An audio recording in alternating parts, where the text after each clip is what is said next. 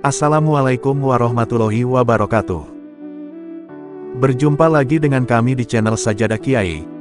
Kali ini kami akan membahas 10 ramalan Gus Dur yang menjadi kenyataan. Gus Dur dikenal sebagai seorang tokoh yang tidak hanya memiliki wawasan politik dan budaya yang luas, tetapi juga kepekaan spiritual serta kemampuan membaca situasi secara mendalam. Banyak yang menyebut bahwa ramalan-ramalan Gus Dur seolah menjadi nubuatan yang akhirnya terbukti. Tulisan ini akan membahas secara rinci setiap ramalan tersebut, termasuk konteks, prediksi, dan realisasi di dunia nyata.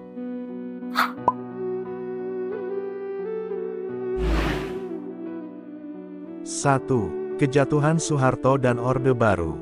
Pada masa Orde Baru, rezim yang dipimpin oleh Presiden Soeharto dianggap sangat kuat, baik dari segi kontrol politik, ekonomi, maupun militer. Namun, Gus Dur sudah memprediksi bahwa kekuasaan Soeharto akan runtuh akibat praktik korupsi, kolusi, dan nepotisme (KKN) yang masif.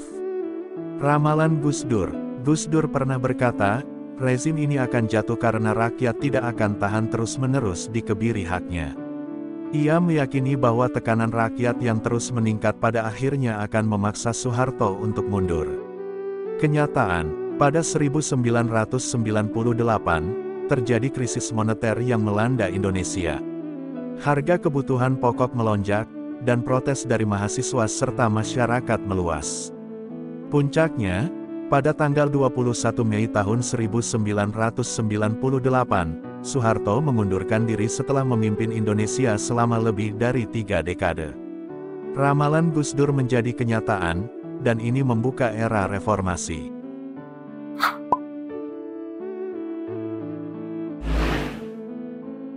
Dua. Pemilu multipartai setelah reformasi. Pada era Orde Baru, pemilu hanya diikuti oleh 3 partai politik, Golkar, PPP, dan PDI.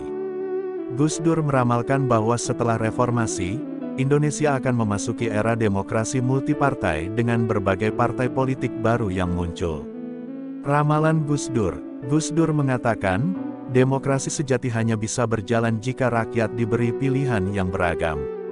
Suatu hari nanti, pemilu di Indonesia akan diikuti oleh banyak partai, bukan hanya 3. Kenyataan, pemilu 1999 menjadi bukti kebenaran ramalan ini. Pemilu pertama di era reformasi diikuti oleh lebih dari 40 partai politik, termasuk partai baru seperti PKB Partai Kebangkitan Bangsa, yang didirikan oleh Gus Dur sendiri, serta partai-partai lain seperti PAN dan PKS. Sejak saat itu, sistem multipartai menjadi bagian dari demokrasi Indonesia.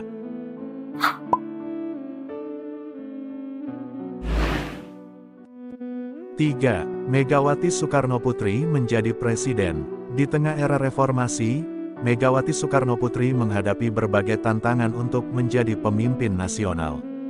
Banyak pihak meragukan kemampuannya, terutama karena ia adalah seorang perempuan. Namun, Gus Dur yakin bahwa Megawati akan memimpin Indonesia. Ramalan Gus Dur pernah berkata, Megawati itu anak Bung Karno. Cepat atau lambat, dia akan menjadi presiden. Sejarah akan membawanya ke sana. Kenyataan, pada 2001, Gus Dur yang menjabat sebagai presiden dilengsarkan melalui sidang istimewa MPR. Setelah itu, Megawati yang saat itu menjabat sebagai wakil presiden naik menjadi presiden kelima Republik Indonesia. Ramalan Gus Dur kembali terbukti.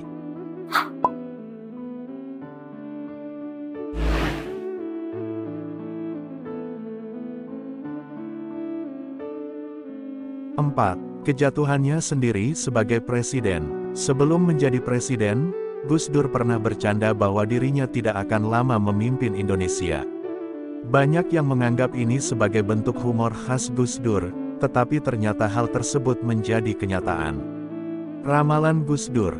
Dalam sebuah wawancara, Gus Dur berkata, "Saya hanya presiden untuk membuka jalan bagi demokrasi." Setelah itu, ia turun. Kenyataan, pada tanggal 23 Juli tahun 2001, Gus Dur dilengsarkan oleh sidang istimewa MPR setelah serangkaian konflik politik. Ia hanya menjabat selama 21 bulan. Namun, kejatuhannya dianggap sebagai tonggak penting dalam perjalanan demokrasi.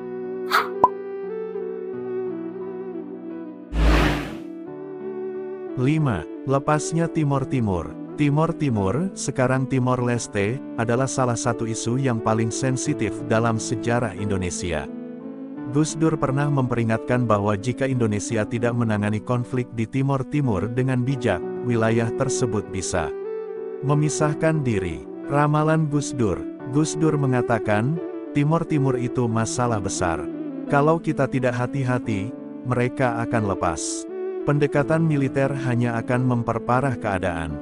Kenyataan, pada 1999, di bawah pemerintahan B.J. Habibie, diadakan referendum di Timor Timur. Hasilnya, mayoritas rakyat Timor Timur memilih untuk merdeka dari Indonesia. Pada akhirnya, Timor Timur resmi menjadi negara merdeka pada 2002.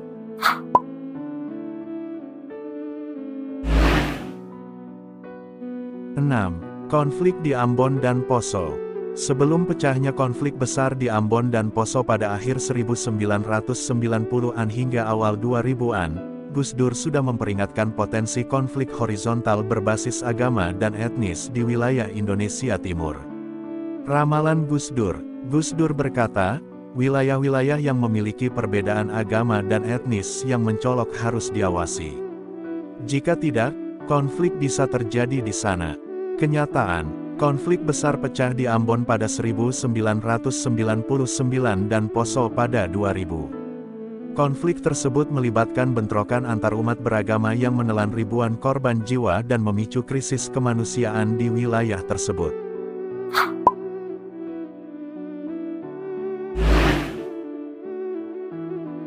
7. Kebangkitan Tiongkok sebagai kekuatan dunia. Dalam berbagai kesempatan, Gus Dur sering membahas geopolitik global. Ia meramalkan bahwa Tiongkok akan bangkit menjadi kekuatan besar dunia, khususnya di bidang ekonomi. Ramalan Gus Dur berkata, lihat saja, dalam beberapa dekade, Tiongkok akan menjadi salah satu penggerak utama ekonomi dunia. Mereka punya potensi besar. Kenyataan, pada 2010-an, Tiongkok berhasil menjadi kekuatan ekonomi terbesar kedua di dunia, hanya di bawah Amerika Serikat. Pengaruh Tiongkok di dunia internasional terus meningkat, sesuai dengan ramalan Gus Dur.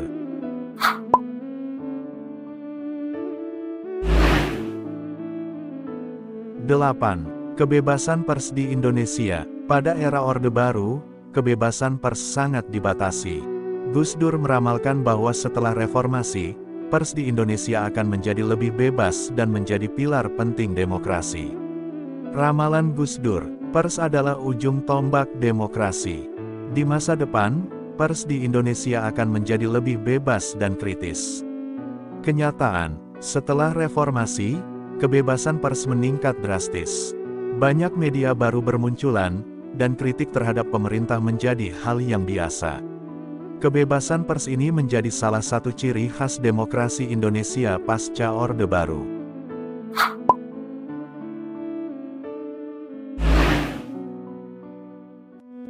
9. Munculnya pemimpin dari kalangan non-Jawa.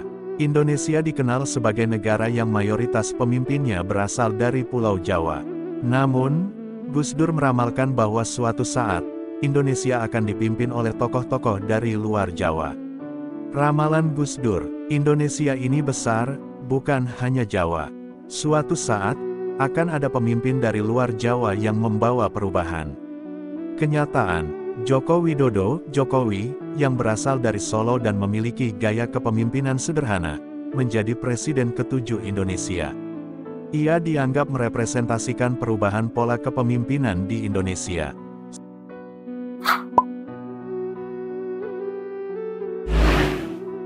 10. Bangkitnya gerakan Islam moderat.